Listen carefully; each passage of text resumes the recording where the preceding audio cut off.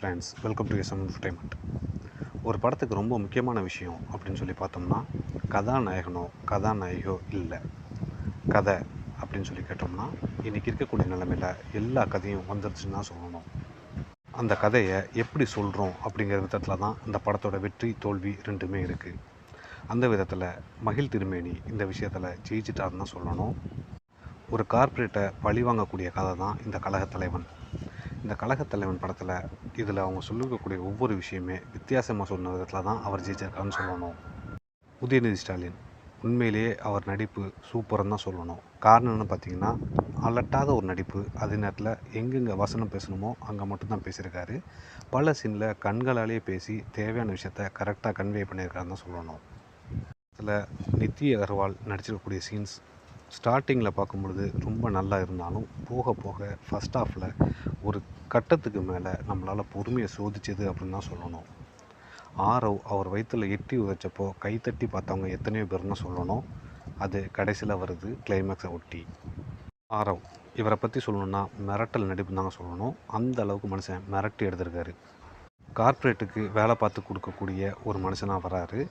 இந்த படத்தில் அவரோட விசாரணை ஒவ்வொன்றும் பார்க்கும்பொழுது நமக்கே கதி கலங்குன்னு தான் சொல்லணும். இந்த அளவுக்கு ஆரவ் ஒரு நடிப்பு வெளிப்படுமா அப்படின்னு சொல்லி உண்மையிலே யாரும் எதிர்பார்த்துருக்க மாட்டாங்க. உண்மையிலேயே ஆச்சரியப்பட்டு பார்க்கக்கூடிய இன்னொரு விஷயம்னு பார்த்தீங்கன்னா, கேட்கக்கூடிய விஷயந்தான் சொல்லணும். ஸ்ரீகாந்த் தேவாவோட பிஜிஎம் பேக்ரவுண்ட் மியூசிக்கில் மனுஷன் பட்டையை கிளப்பிட்டார் தான் சொல்லணும். இந்த அளவுக்கு இவருக்கு திறமை இருக்கா அப்படின்னு சொல்லி ஒரு நிமிஷம் திகச்சு போய் தான் பார்த்தோம். ஏன்னா அந்த அளவுக்கு பேக்ரவுண்ட் மியூசிக்கில் ஸ்கோர் பண்ணியிருக்காரு ஸ்ரீகாந்த் தேவா. பாடல்கள் ஓரளவுக்கு ஓகே, கேட்கும்படியாக தான் இருக்குது. இருந்தாலுமே பேக்ரவுண்ட் மியூசிக்கில் ஆள் பட்டை கிளப்பிட்டார் தான் சொல்லணும். சினிமோட்டோகிராஃபி உண்மையிலேயே பேசப்பட வேண்டிய ஒரு விஷயம். அதுலேயும் ரொம்ப முக்கியமாக சொல்லணும்னா, இன்ட்ரோல் பிளாக்கு முன்னாடி வர அந்த ரயில்வே ஸ்டேஷன் சீக்வன்சஸ் ஒவ்வொன்றுமே கண்ணில் ஊற்றிக்கிற மாதிரி இருக்குது. இன்னும் சொல்லப்போனால் சீட் கார்னருக்கே நீங்கள் வந்துடுவீங்க. அந்தளவுக்கு சூப்பராக எடுத்துருக்காங்கன்னு தான் சொல்லணும். எம்பி ஸ்ரீகாந்த் இவர் தான் இந்த படத்துக்கு எடிட்டிங் பண்ணியிருக்காரு. ஆனால் படத்தில் சில சீன்கள் ரொம்ப லென்த்தாகவே விட்டுட்டார் அப்படின்னு தான் சொல்லணும். இது டைரக்டர் அவர் வேணும்னு சொல்லி விரும்பி வச்சாரா இல்லை இவரோட அஜாக்கிரதையான்னு தெரியல. உண்மையிலே விமர்சனத்துக்குரிய ஒரு விஷயமா இருக்கக்கூடியது. ஒரு மைனஸ் பாயிண்ட்டாகவே சொல்லலாம். காதல் காட்சிகள் ரொம்ப நீளம், ரொம்ப ரொம்ப ரொம்ப ரொம்ப வெறுத்து போன ஒரு விஷயமாக கொண்டு வந்துட்டாங்க. அந்த ஃபஸ்ட் ஹாஃபில் வர காதல் காட்சிகள் ஒரு லெவலுக்கு மேலே உட்கார முடியலன்னு தான் சொல்லணும். ஆனால் அதுக்கப்புறம் வரக்கூடிய நல்ல நல்ல காட்சிகள்னால் அந்த படத்தை சுமாரான படமோ அப்படிங்கிற மாதிரி யோசிக்க வச்சாச்சு. இதுக்கு ரொம்ப ரொம்ப முக்கியமான காரணம் என்னென்னு பார்த்தீங்கன்னா, அதில் வர காதல் காட்சிகள் மட்டும்தான். ஒரு லெவலுக்கு மேலே முடியலன்னு தான் சாமி சொல்லணும். மொத்தத்தில் இந்த படத்தை பற்றி பார்த்தோம்னா, இது ஒரு நல்ல படமா அப்படின்னு சொல்லி கேட்டோம்னா இல்லை அப்படின்னு சொல்ல முடியாது, ஆமான்னு சொல்ல முடியாது. ஏன்னா ரொம்ப பழைய கதை தான். ரொம்ப அடித்து துவைச்ச அதே கார்ப்பரேட் வில்லன் வெர்சஸ் ஒரு சாதாரணமான மனுஷன் அப்படின்னு தான் சொல்லணும். கதை விஷயத்தில் ஓரளவுக்கு ஓகே அப்படின்னாலும் திரைக்கதை அதை கொண்டு போன விதம், இன்னும் சொல்லப்போனால் சில நல்ல நல்ல காட்சிகள் எல்லாம் இருந்தும் காதல் காட்சிகளை மட்டும் இன்னும் கொஞ்சம் குறைச்சிருந்தா படம் சூப்பர் டூப்பர் ஹிட்டுன்னு சொல்லிடலாம்.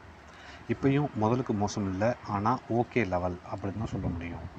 மகிழ் திருமேனி எவ்வளவோ உழைச்சிருக்காரு. அந்த உழைப்பு எல்லாமே வீணாகக்கூடாது அப்படின்னு சொல்லி எவ்வளவோ நல்ல நல்ல சீன்ஸ் எல்லாம் எடுத்து வச்சாலும் அந்த காதல் காட்சிகள்னால ஒரு நிமிஷம் முகம் சுளிக்கவோ இல்லை முதுகு நெளியவோ கண்டிப்பாக வாய்ப்புகள் அதிகம். இதை தவிர்த்துட்டு இந்த படத்தை பற்றி பார்த்தோம்னா கண்டிப்பாக இது ஒரு நல்ல படம் தான் சொல்லணும். கண்டிப்பாக நம்மளை என்டர்டெயின் பண்ணணும் தான் சொல்லணும். மொத்தத்தில் நித்தி அகர்வால் வரக்கூடிய சீன்களை இன்னும் கொஞ்சம் கத்தரி போட்டிருந்தா படம் சூப்பர் டூப்பர்னு சொல்லியிருக்கலாம். ஆனால் இப்போ ஓரளவுக்கு பார்க்கக்கூடிய லெவலில் இருக்குது அப்படின்னு தான் சொல்ல முடியும்.